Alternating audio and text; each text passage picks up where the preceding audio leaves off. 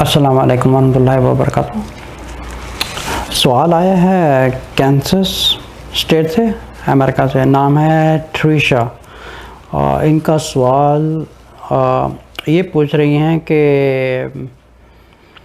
शादी से पहले मैं हिजाब करती थी और शादी के कुछ अर्सा बाद एक बेटा होने के बाद उन्होंने हिजाब करना छोड़ दिया, और जब हिजाब करना छोड़ दिया तो शौहर ने कहा कि या तो हिजाब करो या मैं तुम्हें तलाक देता हूँ। So what should I do. देखिए, इसकी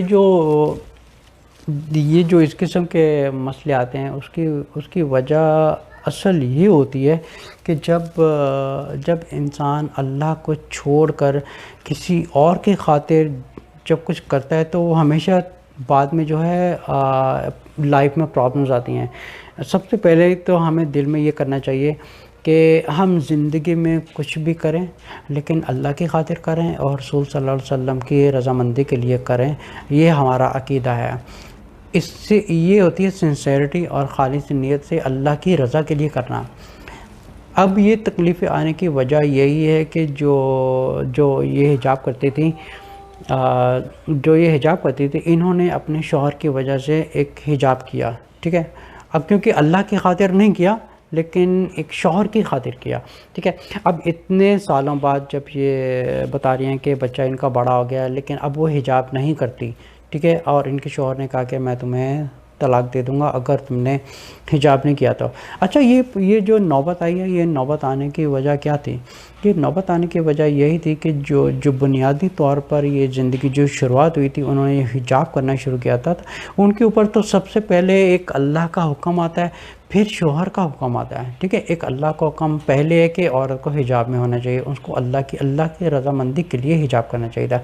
अब इतने सालों बाद उनका माइंड चेंज होने की वजह यही है क्योंकि अगर ये जो इंटेंशन थी ये अगर अल्लाह की खातिर करती तो उनकी इंटेंशंस में फ़र्क ना आता और ना ही उनकी लाइफस्टाइल में कुछ फ़र्क आता।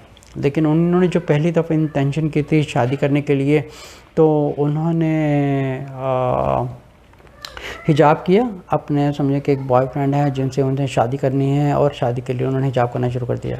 अब उनका बेटा हो गया, अब वो बड़े हो गए। अभी काफ़ी सालों बाद जो है अब ये सेम प्रॉब्लम्स दोबारा आने की वजह यही था कि उनकी जो मेन उनकी जो नीयत थी वह एक शौहर थी, अल्लाह की रज़ा नहीं थी। अच्छा, ये इंसान को चीज़ सोचने के लिए हमें जिसने बनाया, हमें जिसने पैदा किया, हमारा जो पहली ऑब्लिगेशंस है, हमारा जो पहला फ़र्ज़ है वो अल्लाह की तरफ बनता है, वो अल्लाह की तरफ बनता है। क्योंकि जब इंसान की ये जो बुनियाद होती है ये अगर ठीक हो तो ज़िंदगी में तकलीफ़ें नहीं आती। फॉर एग्ज़ाम्पल आप समझें कि एक इमारत है, एक बिल्डिंग है। एक बिल्डिंग की जो बुनियाद है वो स्ट्रॉन्ग नहीं है। स्ट्रॉन्ग कहने का मतलब है कि उसमें आप समझ लें कि उसमें सीमेंट कम है और मिट्टी ज़्यादा है, मिलावट ज़्यादा है। अब क्या हो रहा है, अब कुछ सालों बाद जो है कुछ आंधी आ रही है या कुछ ज़लज़ले वगैरह आ रहे थे तो बिल्डिंग हिल रही है। वो इतनी मूवमेंट कर रही है कि एक वक़्त ऐसा है कि जहाँ पे ओवर लिमिट कुछ आंधी आई है या कुछ ज़लज़ला आया है तो पूरी बिल्डिंग कोलैप्स हो जाती है। अब बिल्डिंग कोलैप्स होने की वजह क्या थी?